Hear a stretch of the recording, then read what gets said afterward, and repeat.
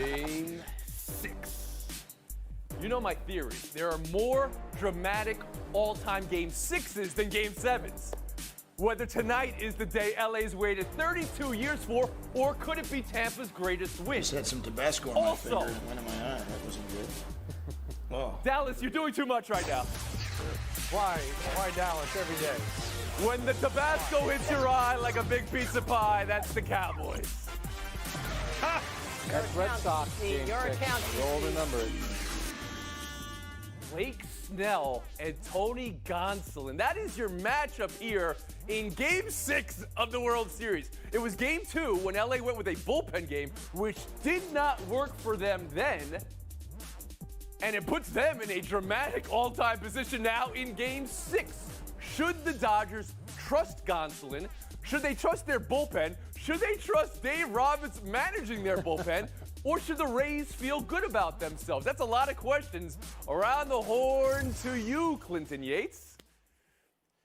I don't love the way Dave is handling this, and mainly because of the position he's putting Gonsolin in. He's a rookie. We have to understand this about what his October has been like. It took him 2 weeks to pitch into October. It was on the 13th. It was 3 days after that he pitched the next time, and then the next time he couldn't get out with 4. He only got 4 outs. And so my point is, I don't want to put a rookie in a position like this when you've got Walker Buehler, who in my opinion is the best pitcher on the team, as evidenced in 2018 in the World Series when he threw one of the gems that got forgotten for the Dodgers overall. I just don't like this because overall, Gonsolin has given up as many earned runs as he has inning pitched. You can't put a rookie in that situation when you have somebody better. This is not the time to take that risk. So you would prefer to start Walker Buehler tonight and not save him for a Game 7 when you could win it all tonight. Tim Kalishaw, I'll bring you in here.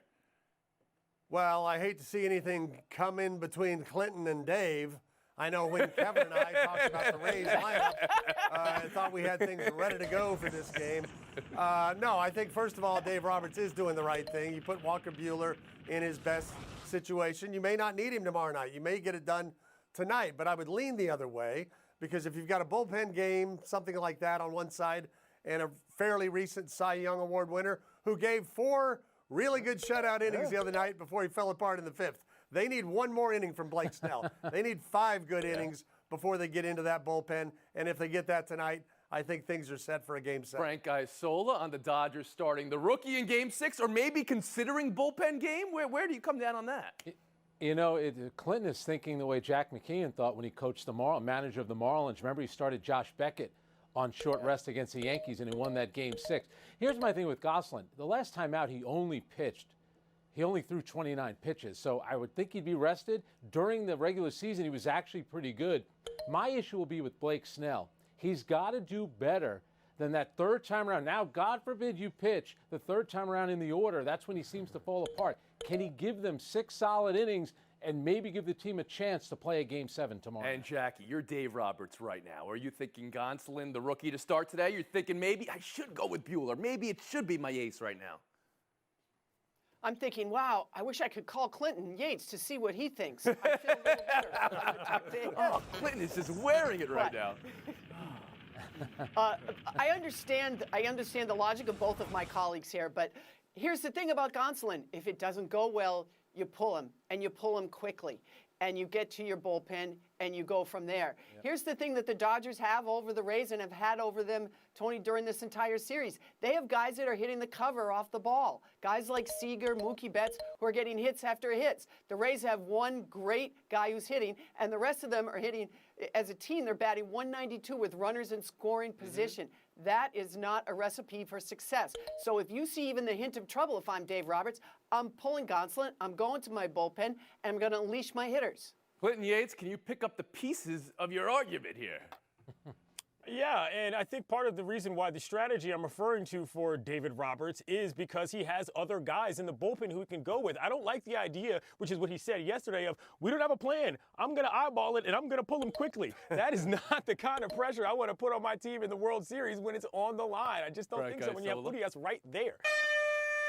You know, you look at the Dodgers. They have more home runs, more hits, more doubles, more walks, and fewer strikeouts than Tampa Bay. So offensively, they're too good. Remember last year, Steven Strasburg, that great outing that he had to extend that series to a Game 7.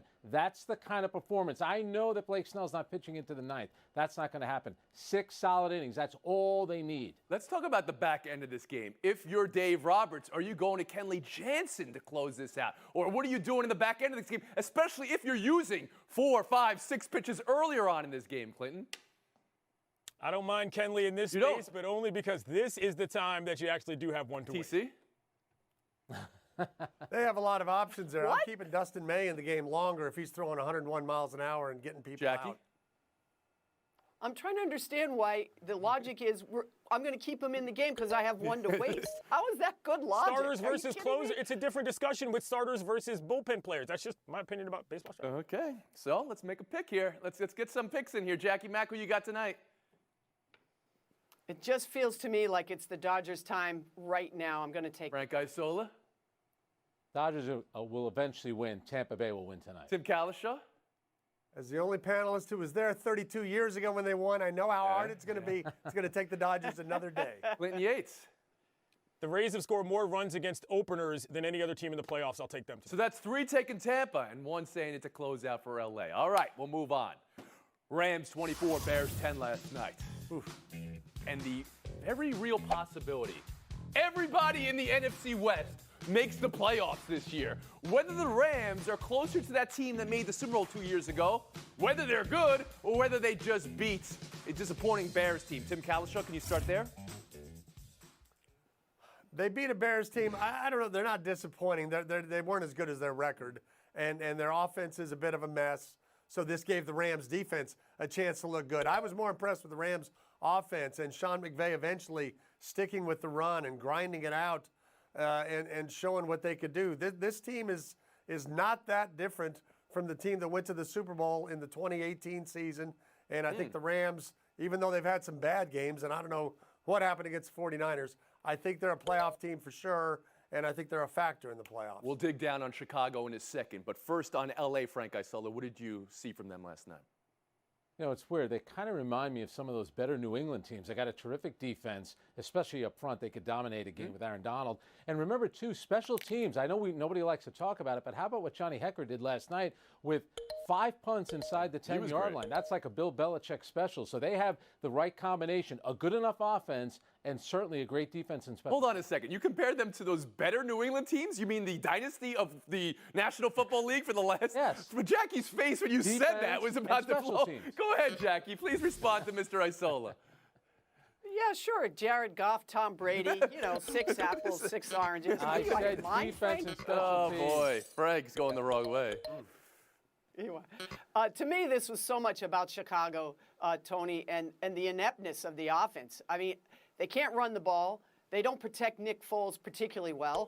And Nick Foles, his numbers have been worse than Trubisky's. Everybody wanted to blame Trubisky for all the Chicago Bears' offensive woes, and yet he's out and they're still not winning. To me, it's so much about the ineptness of the Chicago offense. Let's talk about that then. The Bears are 5-2. Or are they 2-5? There's Brian Griese on the call of the game last night. Did you guys hear this? Listen to this. We were talking to Nick Foles yesterday, and he said, sometimes play calls come in, and I know that I don't have time to execute that play call. And, I'm the one out here getting hit. Sometimes the guy calling the plays, Matt Nagy, he doesn't know how much time there is back here, and so that's something that they have to get worked out. That is a nuclear bomb, guys. Foles says it's a miscommunication. He would never say anything like that. But seeing the way the offense played, Clinton Yates, could that be true? And what does it mean? I'm shocked. Yeah. Shocked that the Chicago Bears are having problems communicating with their quarterbacks during games. But the point that Jackie made is exactly what I was saying a month ago, which is that if you switch to this guy now, and it's not injury, it's just performance, the hand-picked guy of the head coach, and it doesn't work out, next thing you know, you've got a carousel going, and that's exactly what you've seen with the offense. They're not good, all right? Their red zone percentage for touchdowns is 50%. It's 4th worst in the league. They cannot punch it in, and this shows as evidenced by what Griese revealed on the broadcast. Tim, when you heard Griese say what Foles told him, now, once again, Foles said it was a miscommunication. What you think? It just didn't sound like something Nick Foles would say to a room full of reporters with notepads in their hands or on a Zoom cameras or anything else. So it did surprise me that he's going to throw the coach under the bus like that. Clinton's right. The offense is a mess, and you can't now just go back Trubisky. The problem is you just don't have a lot of options, a lot of weapons. Tariq Cohen's not there. They just don't have a lot of people. Frank Isola? You know, when Nick Foles says something like that, it's almost like he's saying, you know, Brian, you and I are quarterbacks. You know, sometimes these coaches call plays that we know are not going to work. Nick Foles might have been surprised that he actually said that on the air. That's what. But doesn't it look like that when you're watching the Bears play? That there are many plays doomed even before, you know, they get to throwing the ball. Jackie, how about you? I mean, that throw in the end zone, they're driving down the field, and they make that throw in the end zone. He's double covered, and the ball gets tipped, and it's intercepted. That's the game right there. I will say this. Foles' explanation to me was pretty plausible, to be honest. What he was saying was that on the sidelines, he's had that conversation with Nagy in real time. That's entirely possible. But I think we all agree he wasn't expecting Brian Griese to go on the air and talk about what they discussed. Isola, something you want to add? Yeah, the pass protection just isn't good enough. They've been outscored by 2 points, even though overall this season, even though they're 5-2. I thought they were an overrated 5-1 team. Now they're an overrated 5-2 team. And Kalisha. I just wonder when the time comes. Players are careful about saying this, but that defense, which is very good most of the time, is going to have trouble trying to carry that offense. That usually causes a rift on a team. Yates 11, Kalisha 12, and then Isola and McMullen with the big lead. Taking a break right here. Coming up, is it possible LeBron James and some other NBA players say, December 22? Nah, I'll see you in February.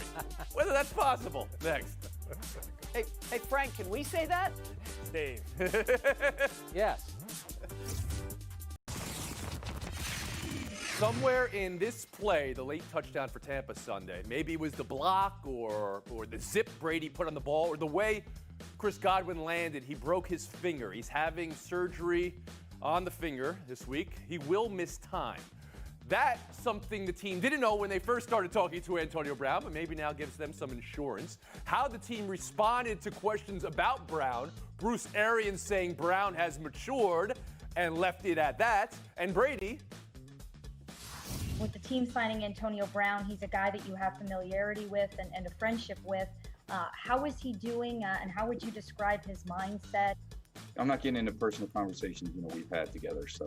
How much influence did you have in him coming here, and how would you describe Antonio as a player and also as a person? He's had some disturbing allegations against him. You had a lot of questions in there. Which would you like me to answer? Ooh, boy. Clinton Yates, buy or sell Tampa Bay, signing Antonio Brown.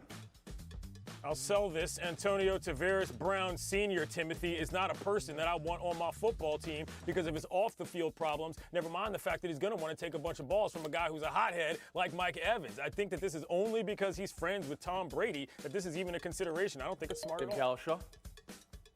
I would say the only thing I would disagree with Clinton on is if the Chris Godwin injury lingers. He's not supposed to be out very long.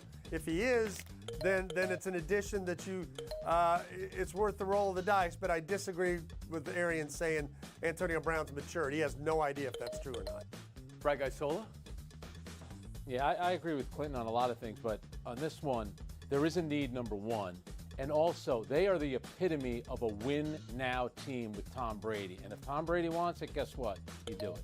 Jackie McMullen. I guess I'm just not convinced. Does Antonio Brown guarantee you wins, or does he guarantee you distractions? Here's the other thing to remember. His sexual assault civil trial comes up in December. What if he has to leave the team for something like that?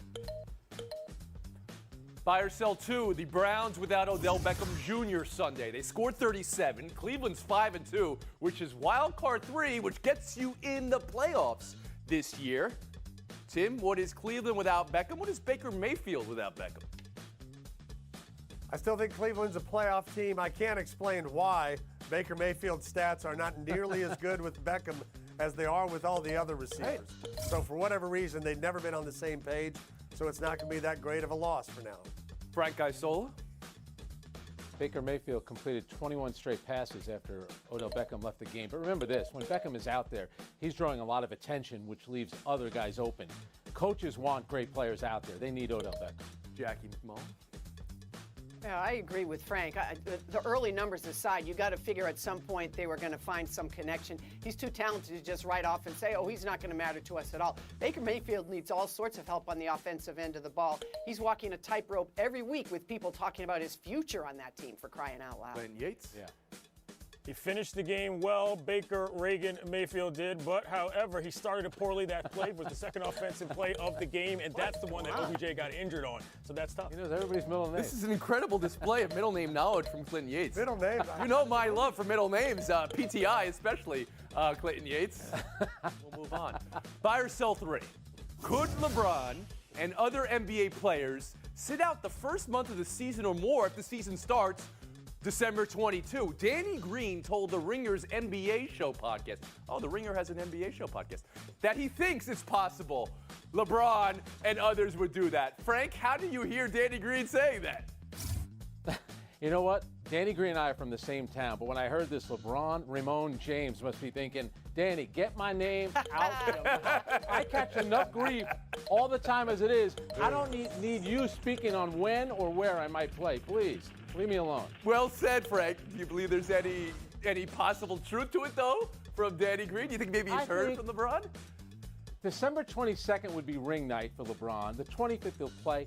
If any player in the league deserves load management, it's LeBron. He's done enough, played enough minutes in games. He's the one guy. Oh, so in this case, you'd be in favor of load management. Jackie, the idea of the season would be starting, which would be what, 2 months after the end of the season for the Lakers and the Heat. Is that too quick a turnaround? Can you imagine LeBron, not Jimmy Butler, Jimmy Butler would play through whatever, but LeBron or Anthony Davis sitting out? It's a quick turnaround, and I wouldn't blame them if they do load management with those guys very early on in the season. Play them a game, have them take a couple of days off. I mean, this is coming up so fast. I can't, I'm sure. Here's the thing, though. The players get paid if they start at a certain date and they get more games in. So there's financial implications, and that's why the body as a whole is going to say, let's go forward with it. Oh, so you would say the business end of this is going to overrule the players' end of this. Clinton Yates, how about you? Well, it's the players' business. Jimmy, the players' money. Well said.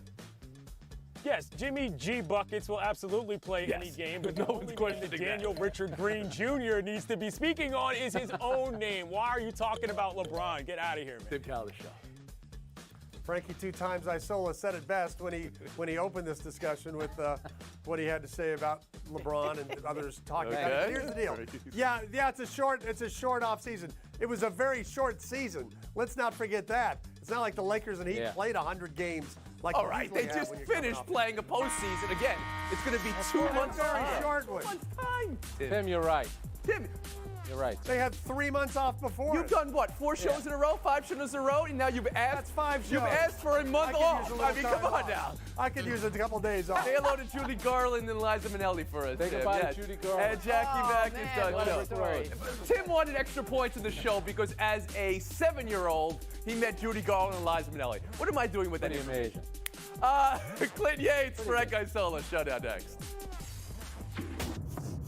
Clinton Yates, Frank Isola, welcome to Showdown. This is an around-the-horn investigation into Mike Nolan's hot sauce in the eye. Let's watch it one more time. You know, look, when he misses them, nobody. Whoops, excuse me. Oh boy, I got something in my eye.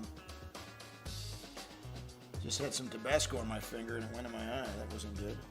So he walked away, a 2.5-minute delay to avoid, well, not avoid, but he didn't have a chance to talk about the fourth worst defense in the league in the last 58 years. So I want to ask you, is it possible this was intentional, Clinton Yates? Yes, but here's the problem. Number one, I don't know what you're doing touching your face in a global pandemic. Number two, why are you touching your face after using hot sauce? Number three, Tabasco? Are you kidding me? Get me some Frank's Red Hot or some Crystal. That is the weakest hot sauce in the world. Here's another example of wash your hands. The poor guy's had such a brutal year. Give him credit for admitting something as silly as that, but Clinton is right.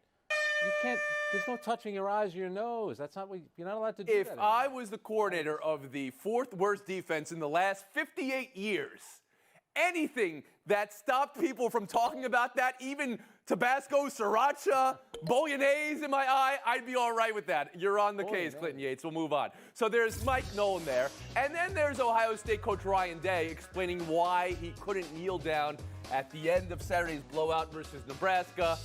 And that was because he had an inexperienced quarterback and personnel in. Is there any chance that's the truth, Frank, that you can't kneel when you have an inexperienced quarterback? Guess what, Ryan Day? Get the right personnel in there because you're going to be blowing out a lot of teams. What a lame excuse. I hate running up the score in amateur sports. Not good. You don't need excuses to beat down chesty conference opponents who seem to want to run away from what the competition is. Hit them hard and never stop. That's how you're supposed to play the game. Running down chesty opponents. Clinton Yates.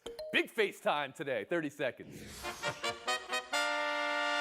I would like to congratulate Des Bryant. He's finally made it back to the NFL somewhat because the Baltimore Ravens have signed him to this practice squad, and we all know how his career has gone ever since that catch was overruled when he plays for the Dallas Cowboys. But here's the point. He tweeted about it, and he said, I'm overwhelmed, and he said, I can't stop crying. Men, you're allowed to cry. It's a completely formidable and reasonable thing to do when you're overcome with emotion. I know because I do it all the time. Good job out of you, Des. Thank you. Demond is his middle name. Desmond Demond. Bryant. Clinton Harris. You Yates. just I looked it up while he was talking, Frank. What do you think No, you're I doing didn't. here? Come on. We can see right through you. 23.5 hour break. We'll see you tomorrow.